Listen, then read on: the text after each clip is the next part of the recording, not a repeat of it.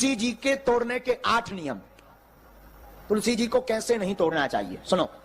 तुलसी जी को कभी भी, पहला नियम है, तुलसी जी को कभी भी नाखूनों से नहीं तोड़ना चाहिए। पहले जाओ प्रणाम करो, वंदन करो।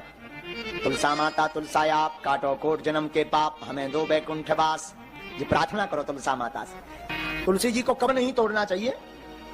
दूसरा नियम, सायंकाल बाद तुलसी जी को स्पर्श नहीं करना चाहिए। शाम के बाद स्पर्श मत करो। तीसरा, रविवार को तुलसी पत्र नहीं तोड़ना चाहिए। रविवार के दिन मत तोड़ो। और जरूरत है, भोग लगाना है या साधु आए हैं तो सूखी तुलसी जो गिर जाती है वही उठा करके सेवा पूजा में रखो। तुलसी कभी वासी नहीं होती, तुलसी जी नित्य नवीन है। तीसरा है, रविवार को तुलसी जी को नहीं तोड़ना चाहिए।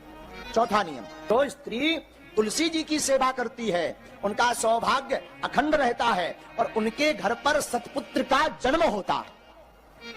इसलिए माताओं को रोज तुलसी जी की सेवा करनी चाहिए। 5, द्वादशी के दिन, एकादशी के एक दिन बाद भी तुलसी जी को नहीं तोड़ना चाहिए। ये 5वां नियम है।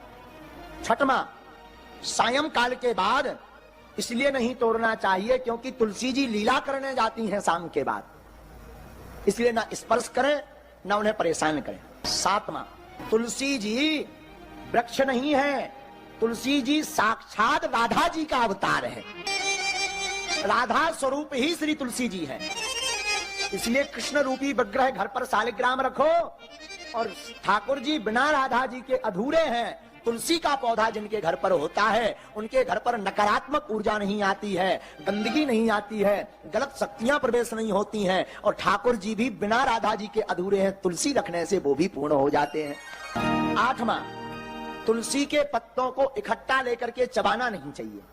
पहले प्रणाम करो, फिर वंदन करो, फिर आज्ञा लो कि हे माता, कृपा प्राप्त करने के लिए हम ग्रहण कर रहे हैं। तुलसी पत्र मुंह में रख करके जल को पान करना चाहिए। जो इन 8 नियमों का पालन करता है, शास्त्र कहता उस भक्त के ऊपर साक्षात भगवती मां राधा रानी जी की कृपा होती है। ये तुलसी जी के जिन्होंने 8 नियम रख लिए उनका कल्याण हो गया। तुलसी के ही सुंदर सुंदर पौधे वृंदावन में हैं। काय के पौधे हैं वृंदावन में सबसे ज्यादा?